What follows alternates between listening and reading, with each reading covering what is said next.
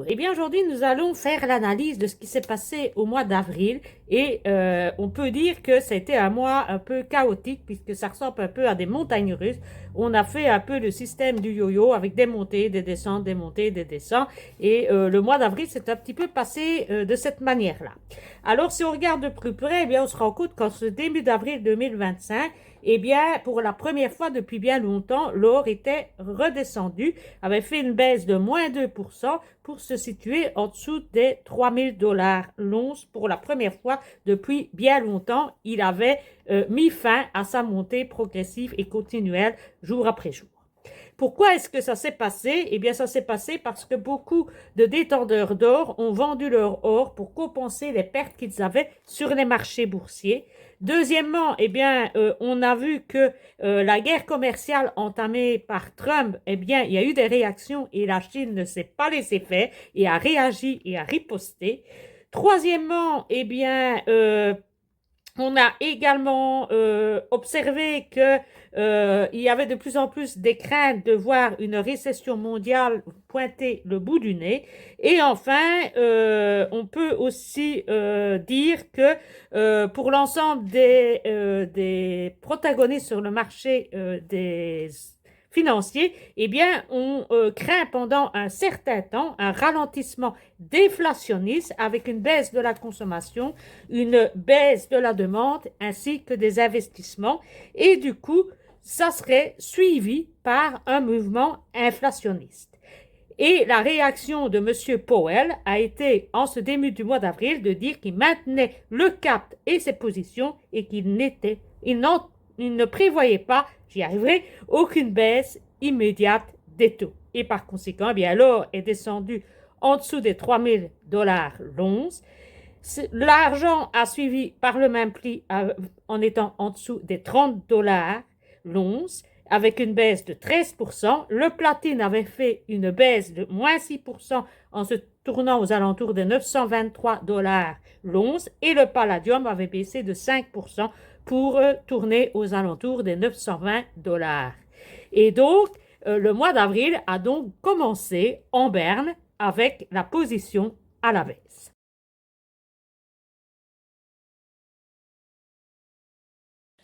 Alors, bien, la deuxième partie du mois d'avril, aux alentours du 20 avril, eh bien, surprise, la BCE a baissé ses taux de 25 points à 2,25% sous le terme de baisse de précaution, mais sans crainte de diminution de la croissance économique en Europe. Alors, je vous ai dit tout à l'heure que les États-Unis avaient imposé la Chine de 245% et la Chine, en représailles, avait riposté avec un 145% et touchant principalement au secteur des technologies et des semi-conducteurs. Bien que les États-Unis soient préparés et depuis un certain temps prévoyaient déjà la construction d'usines pour devenir autonomes, mais ils ne le sont pas encore tout à fait. Et donc, finalement, riposte par riposte, les Chinois ont fait preuve d'intelligence lors de leur dernière riposte, puisque lorsque Trump a dit on va changer de secteur, eh bien les Chinois ont un peu joué, mais ont un peu surpris les partis en présence, puisqu'ils ont riposté pour la première fois, eh bien plus avec les taux de douane, mais ils ont riposté en augmentant les restrictions sur les entreprises et les services américains. Ils s'en sont pris à tout ce qui était secteur des services, c'est-à-dire secteur juridique, secteur du conseil, secteur culturel et même secteur touristique. La Chine essaye évidemment que les Chinois n'achètent plus autant côté américain et pour ça, eh bien, il conseille de ne plus visionner de films, de ne plus acheter de films américains. Il décourage aussi de faire des échanges d'étudiants avec les États-Unis, d'aller en vacances là-bas, etc. Et on voit également, pour faire un petit peu les réactions qui se trouvent au niveau, je vais dire, population, eh bien, côté américain, on voit aussi des réactions, ce on appelle souvent des ventes de retail, où on voit de plus en plus d'Américains, eh bien, s'emballer pour acheter des voitures, encore le temps que c'est possible, avant d'avoir des augmentations, etc. Et donc, on voit une forte augmentation des achats de voitures, et on n'a jamais vu, mais on y reviendra tout à l'heure, un aussi grand excédent commercial pour la Chine pour l'instant. Pour terminer cette fin du mois d'avril, puisque nous sommes aujourd'hui le 24 avril, eh bien, l'or a de nouveau battu un record il y a 2 jours, le 22 avril, puisque cette fois, ça y est, il a franchi les 3500 $ l'once, c'est-à-dire qu'il a pris en 24 heures pas moins de 3%.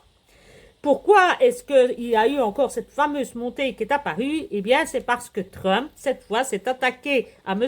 Powell en menaçant de le limoger. Et du coup, bien, ça a été la ruée vers les valeurs refuges due évidemment à l'incertitude et de nouveau par l'argumentation de Trump. Donc, il suffit que Trump souffle le chaud ou le froid et les valeurs boursières, les valeurs de l'or, etc., eh bien, s'enflamment ou bien se replient en fonction de ce qui est dit un peu partout dans le monde. Quand la Chine remet des taux, eh bien, ça augmente. Quand il les baisse, ça diminue.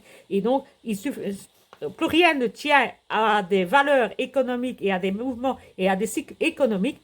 Finalement, eh bien, les marchés bougent en fonction de ce qui est dit ou pas dit ou comment ça est dit et comment c'est perçu. Alors, qu'est-ce qu'on peut s'attendre à l'or? Eh bien, pour l'or, eh bien, les prévisions, j'en ai trouvé deux, un de Goldman Sachs et l'autre de JP Morgan. Eh bien, tous les deux sont, évidemment, comme vous l'aurez compris, favorables à la montée à court terme. Et pour Goldman Sachs, eh bien, il parle de 4500 $ encore pour cette année.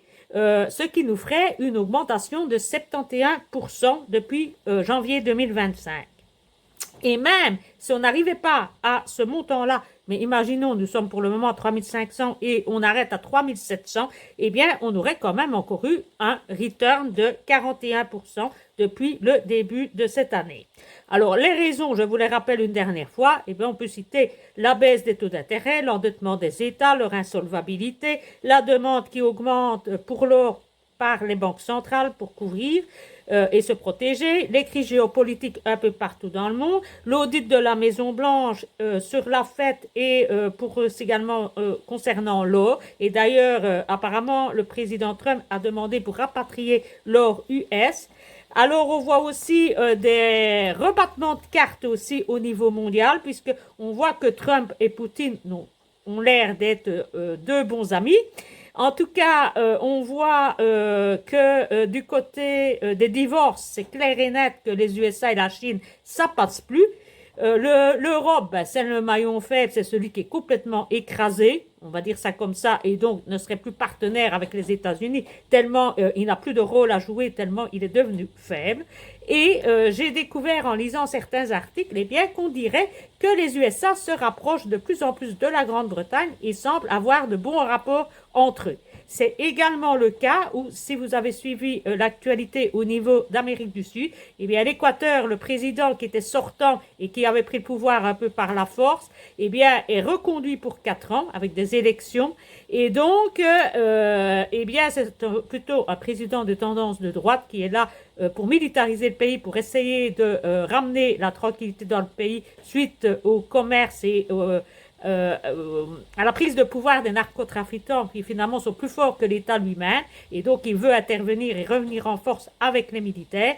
Et il est aussi un partisan de Trump, et d'ailleurs ce dernier se rendra en Équateur pour la prise de pouvoir du nouveau président équatorien, Monsieur Noboa. Voilà. Alors, pour JP Morgan, eh bien, lui, il parle, lui, d'une augmentation de 10%, ce qui n'est déjà pas mal pour l'or. Une baisse qui serait liée, selon lui, ben, à une instabilité grandissante, à un dollar qui est faible, à une Europe qui est complètement endettée, surendettée, avec une croissance faible, avec une France ben, qui est au bord du gouffre. Et dernière anecdote que j'ai relevée, eh bien, c'est que même Standard & Poor's a refusé de coter la France pour la première fois. Et pour vous donner le tournis, eh bien, je vous dirais que l'or, actuellement, 1 kilo d'or vaut 100 000 euros. Voilà pour la petite histoire. Et maintenant, eh bien, je vais peut-être vous expliquer, est-ce que Trump est complètement fou et est-ce que sa politique est vraiment irréaliste et folle?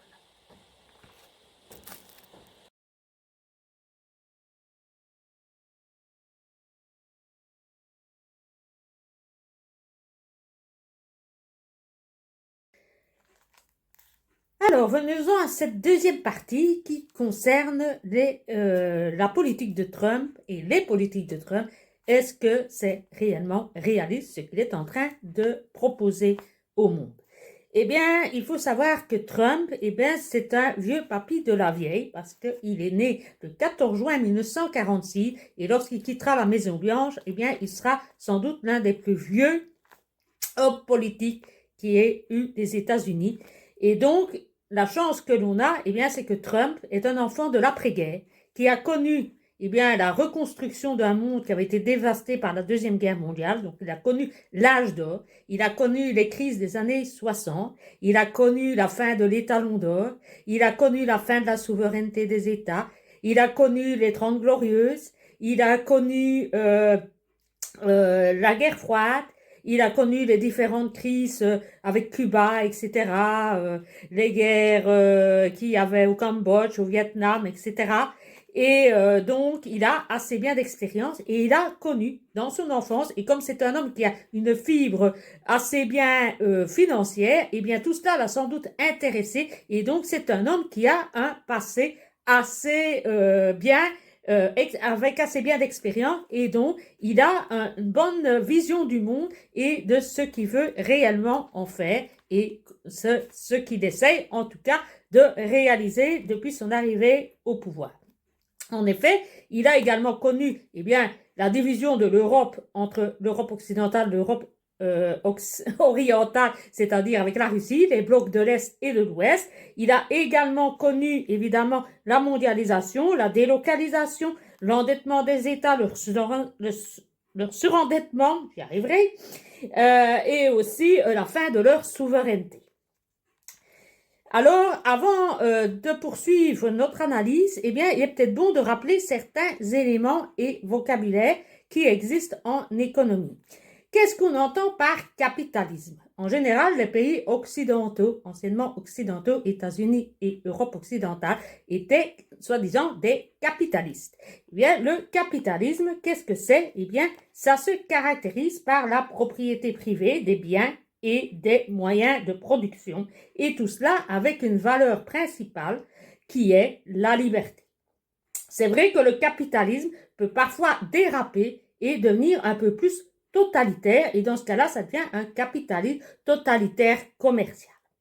À l'opposé, on a le communisme.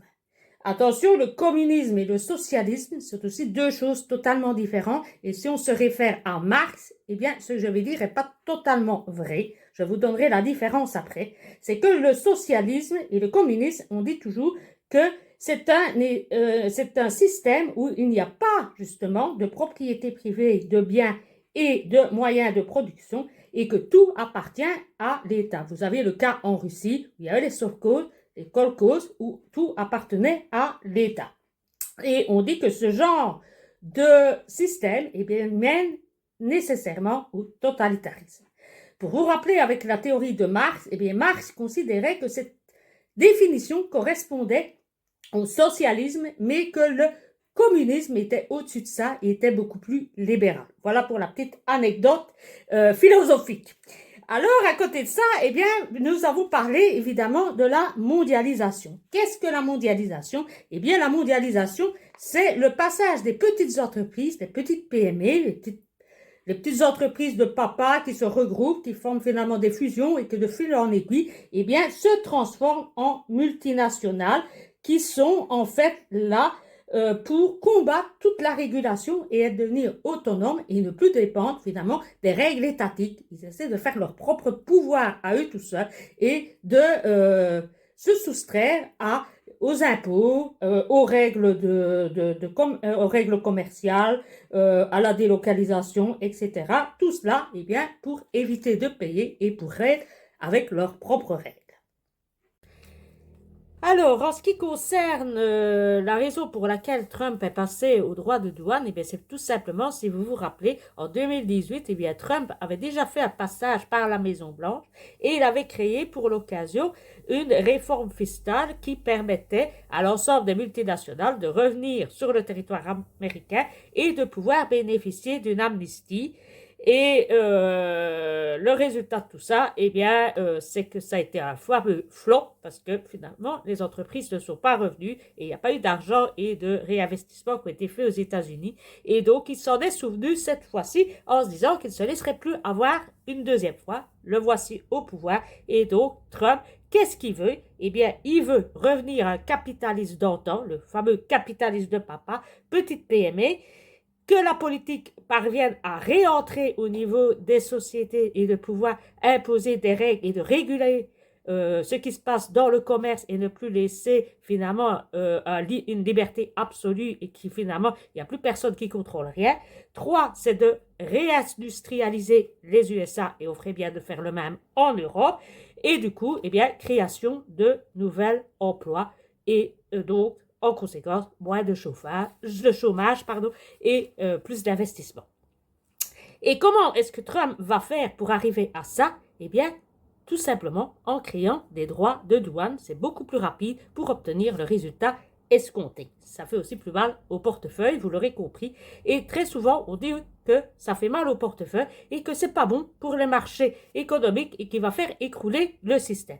Il faut savoir que dans les bourses, eh bien, finalement, les bourses technologiques ou celles qui sont multinationales, eh bien, les bourses, qui est à l'intérieur des bourses et des marchés boursiers, c'est principalement les personnes très très riches et finalement l'ensemble des bourses représente à peu près 8% des personnes les plus riches au monde, donc 95% des actions sont détenues par 8% des personnes les plus riches du monde, donc au final ça ne touche pas beaucoup les personnes moyennes et les très très riches, eh bien ça leur fera pas trop mal si ça capote un jour ou l'autre.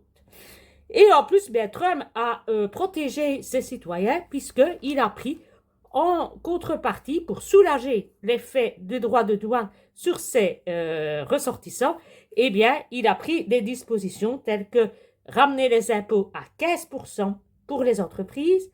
Toutes les personnes américaines qui ont des revenus annuels qui ne dépassent pas 150 000 $ ne payent plus d'impôts. Ça correspond à peu près à un salaire moyen américain. Diminution du prix du pétrole et donc diminution de l'inflation du côté du secteur de l'énergie. En plus, ben, vu les droits de douane, il y a une surcapacité en Asie et donc il va avoir une surabondance et des stocks en profusion et donc on va connaître et voir apparaître une baisse des prix et c'est déjà ce qu'on est en train de voir en Europe avec Temu et Alibaba. Allez voir, c'est pour le moment on le voit et on voit aussi eh bien que les gens vont se tourner, abandonner la bourse, se tourner vers les obligations, d'où les taux vont baisser, les coûts de la dette des États va par conséquent diminuer et la capacité financière des personnes eh bien, va augmenter grâce au passage vers les obligations. Qu'est-ce qu'on peut retenir? Eh bien, c'est que Trump ne fait pas seulement taxer et finalement poser des problèmes à ses ressortissants, puisqu'il va compenser les droits de douane par des mesures fiscales pour contrecarrer les effets néfastes des droits de douane. Comment? Eh bien, par des mesures fiscales, en réindustrialisant, en permettant et en favorisant l'emploi, en diminuant le chômage, en augmentant les salaires. Il va aussi permettre qu'il y ait plus de liberté, plus de création, plus d'innovation. Il pousse aussi à ce que des sociétés étrangères viennent s'installer aux États-Unis avec des avantages fiscaux également pour les étrangers. On a aussi une baisse de l'énergie et principalement du pétrole. On a aussi une baisse des taux.